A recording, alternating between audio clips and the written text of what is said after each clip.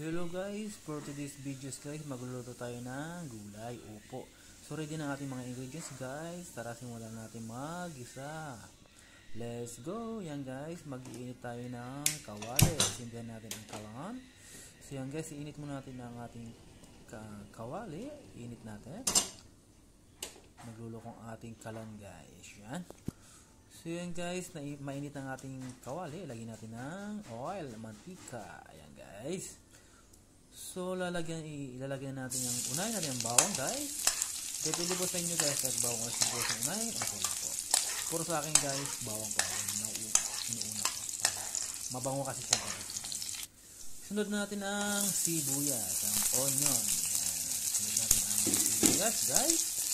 Ilutuin lang po natin ang sibuyas hanggang sa maging lahat.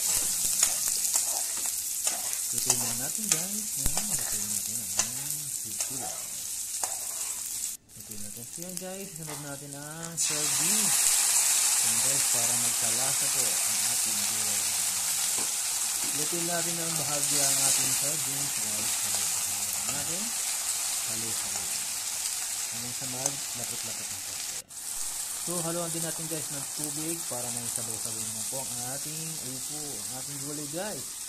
Yan guys. Pakuluan lang natin ang ating tubig. Yan, lagyan natin ng konting betchin guys. Yan. Mas okay na po yan ang betchin guys kaysa magic sarap. Yan. Lagyan natin ng konting asin guys. Yan, para malasalas ang ating upo, ang ating gulay guys. Yan. Halu-haluin natin para mag-balance ang lasa.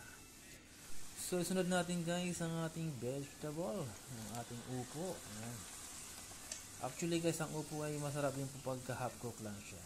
Mabilis lang pulutin yan guys. Yan guys, so nailagay na natin ang ating upo. Yan guys, halu-haluin natin guys para mag-balance po ang luto. Halu-haluin na natin. Mabilis lang pumuluto ang upo guys.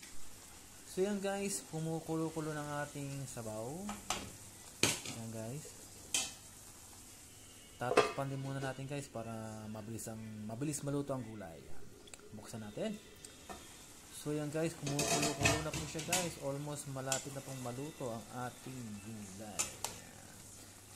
Halu-haluin natin para maging balance guys. Ang ilalim po ay may kasi baka mag-overcook po ang ilalim. Halu-haluin natin. Yan. Malapit-lapit na maluto yan guys. Masarap din po kasi pag half cook. Takpan ulit natin. Takpan ulit natin guys. Yan, buksan na natin ulit. So yan guys, almost well cooked na siya. Always well done na ating gulay. Wow. So patayin na natin ating kalan guys. Wow, look yummy. Takpan muna natin ulit para maluto pa ng ayos. Perfect. So ilipat na natin guys sa ating serving mug. Yan. Serving bowl. Yan. Look at that guys. Simple ba yummy. So ready na pong ating dinner. Ang ating only rice guys. Ang ating only rice. Ang ating menu. Gulay.